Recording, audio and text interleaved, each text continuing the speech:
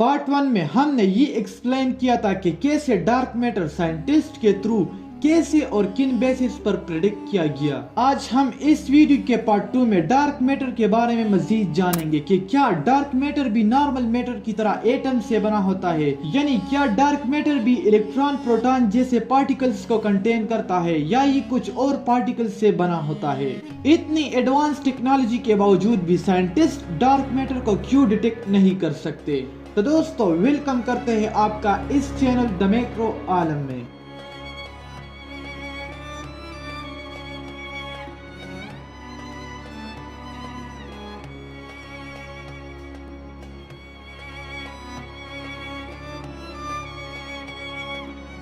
तो हमारा पहला सवाल कि डार्क मैटर किस चीज से बना है। तो दोस्तों डार्क मैटर के कंपोजिशन को समझने के लिए हमें ये जानना जरूरी है कि डार्क मैटर की प्रॉपर्टीज क्या है। डार्क मैटर की पहली प्रॉपर्टी है कि ये लाइट यानी इलेक्ट्रोमैग्नेटिक रेडिएशंस के साथ कभी भी इंटरेक्ट नहीं करता। डार्क मैटर लाइट को ना तो रिफ्लेक्ट और ना एब्जॉर्ब करता है। डार्क मैटर की इस प्रॉपर्टी की वजह से इसको हम कभी भी देख नहीं सकते। अब अगर ये मैटर लाइट को ना रिफ्लेक्ट और ना एब्जॉर्ब करता है तो ये लाइट के साथ करता क्या है। तो दोस्तों जब भी लाइट डार्क मैटर के पास से गुजरती है तो ये लाइट को बेंड करती है, यानी लाइट की एक्चुअल पाथ को चेंज करती है। और डार्क मैटर की यही प्रॉपर्टी साइंसदानों के लिए इसको डिटेक्ट करने में एक डिफिकल्ट चैलेंज साबित होती है।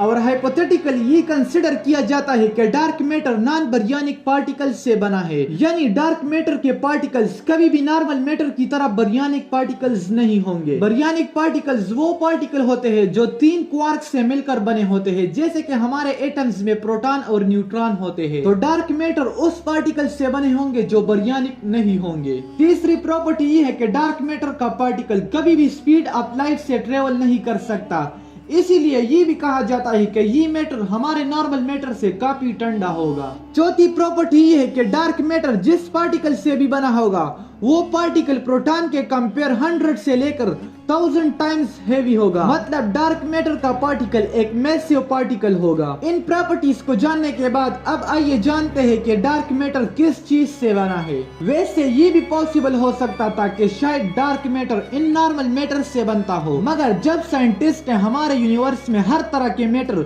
जो यूनिवर्स में मुख्तलिफ सूरतों में हमें नजर आता है, जैसे कि neutrino, anti neutrino, एक्सियन, anti matter, black hole, इन सब को जब डार्क मैटर के प्रॉपर्टीज से कंपेयर किया गया तो ये रिजल्ट सामने आया कि डार्क मैटर इन चीजों से बिल्कुल मुख्तलिफ है। हमारे यूनिवर्स में जितने भी ऑर्डिनरी पार्टिकल है इनमें एक भी डार्क मैटर के प्रॉपर्टीज से मैच नहीं किया गया। इसीलिए साइंटिस्ट ने मिलकर डार्क मैटर के लिए एक हाइपोथेटिकल पार्टिकल कंसीडर किया जिसका नाम विम्स पार्टिकल रखा गया। WIMPs stand for weakly interactive massive particle. WIMPs के इस नेम में हमें 2 मेन बातें बताए गए हैं, एक है वीकली इंटरेक्टिव पार्टिकल और दूसरा है massive particle. Weekly interactive mean ये पार्टिकल हमारे नॉर्मल मैटर से बहुत वीकली इंटरेक्ट करता है।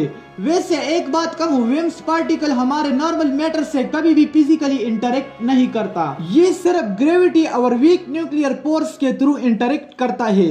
इस इंटरेक्शन को हम पार्ट 3 में मजीद और भी एक्सप्लेन करेंगे। मैसिव पार्टिकल का मतलब है, जैसा कि मैंने पहले वीडियो में भी कहा, कि डार्क मैटर का पार्टिकल एक मैसिव पार्टिकल है जिसका मास 100 to 1000 times mass of proton जितना हो सकता है। इसीलिए इस हाइपोथेटिकल पार्टिकल को वीकली इंटरेक्टिव मैसिव पार्टिकल कहा जाता है। साइंटिस्ट का मानना है कि अगर विम्स सच में एग्जिस्ट करता है और हम इसे फ्यूचर में डिटेक्ट करने में कामयाब होते हैं तो ये हमारे यूनिवर्स में बहुत से राजों को खोल देगा।